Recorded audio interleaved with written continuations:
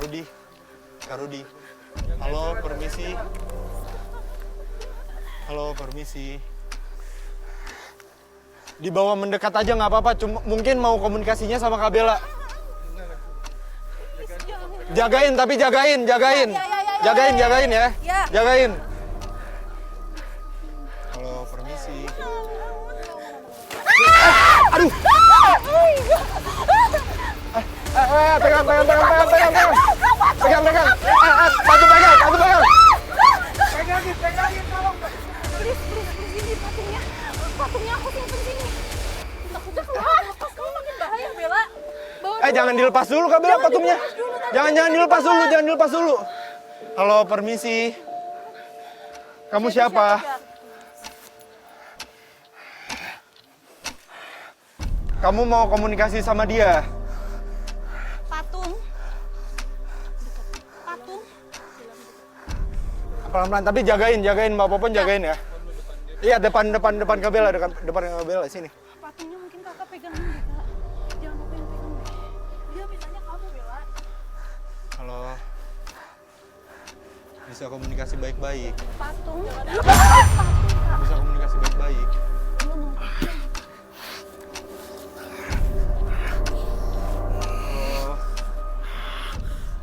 Musuh saya. Ini nggak apa-apa Kak Bella, nggak apa-apa sini. Musuh anak. Apa? Apa kata dia? Musuh.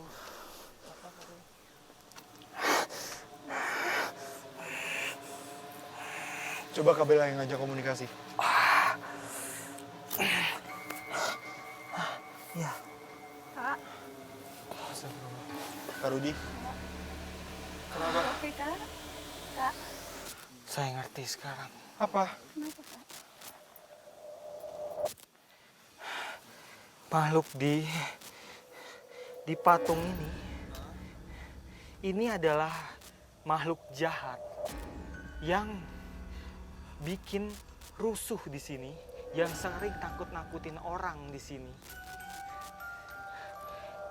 yang bikin teror, yang menjelma menjadi sosok korban, kemudian menakut-nakuti orang-orang di sini, dan kayak yang bikin image seolah-olah kayak korban itu arwah gentayangan yang meneror orang-orang. Jadi dia pelakunya. Oke, terus yang barusan itu siapa Kak Rudi? Sosok tadi itu, dia tadi dari sana.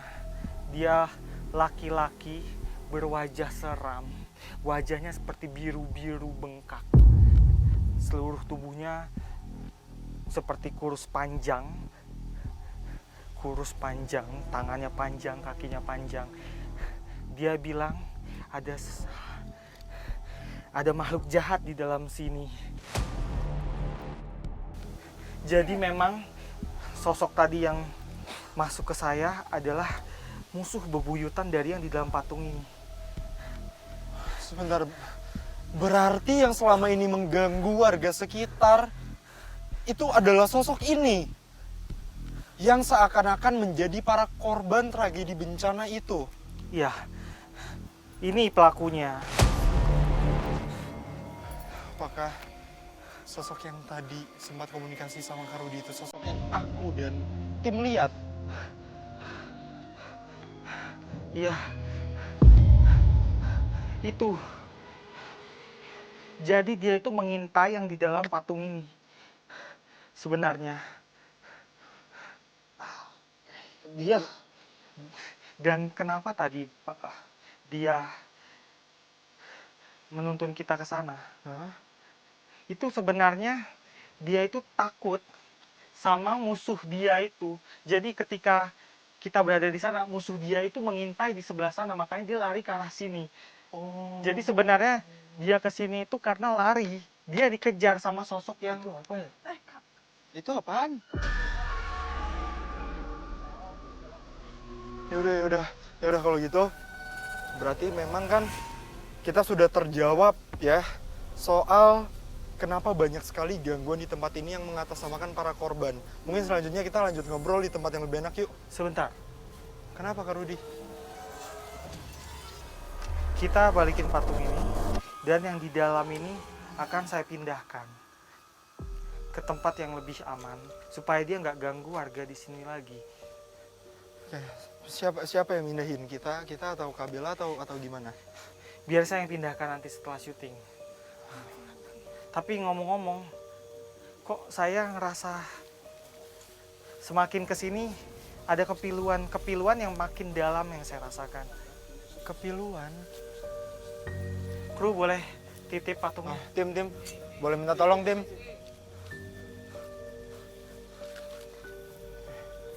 Merasakan banyaknya residu energi yang berada di tempat ini membuat Rudi mengajak kami turun menuju area lapangan. Saya rasa aktivitas relawan, aktivitas para penolong dulu ramai sekali. Banyak sekali orang waktu itu di sini. Maksudnya orang yang menolong? Betul, isak tangis keluarga, kemudian anak yang kehilangan orang tuanya, dan ada banyak kantong jenazah. Boleh saya minta alat gambar, Tim? Tim, tolong siapin secepatnya ya, Tim. Berarti lagi-lagi Kak Rudi di sini merasakan residu energi yang cukup kuat ya, tentang kesedihan, kepiluan.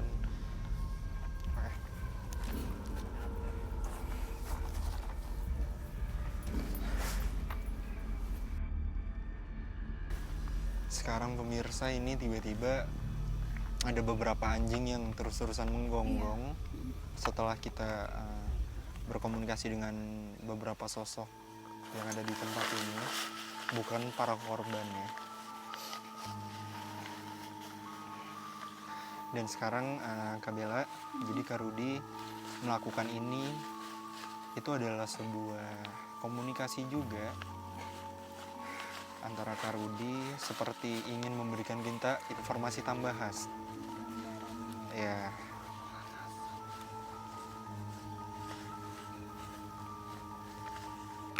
Ada banyak mayat bergelimpangan saat itu, saat jatuhnya pesawat. Mereka dalam kondisi yang mengenaskan.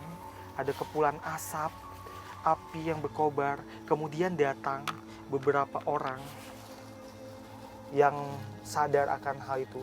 Satu persatu mereka, para penduduk datang dan kemudian menghampiri lokasi, dan mereka dikumpulkan dalam kantong jenazah, kemudian dibawa helikopter dari sini ke arah sana.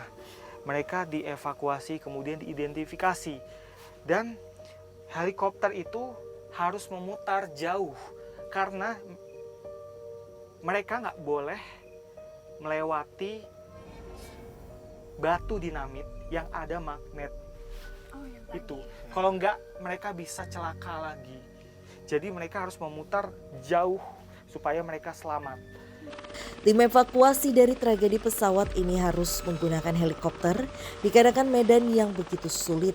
Bahkan tim yang menggunakan helikopter pun harus memutar jauh agar tidak melewati batu dinamit, di mana ketika dia melewati batu itu dianggap akan mengalami kecelakaan kembali.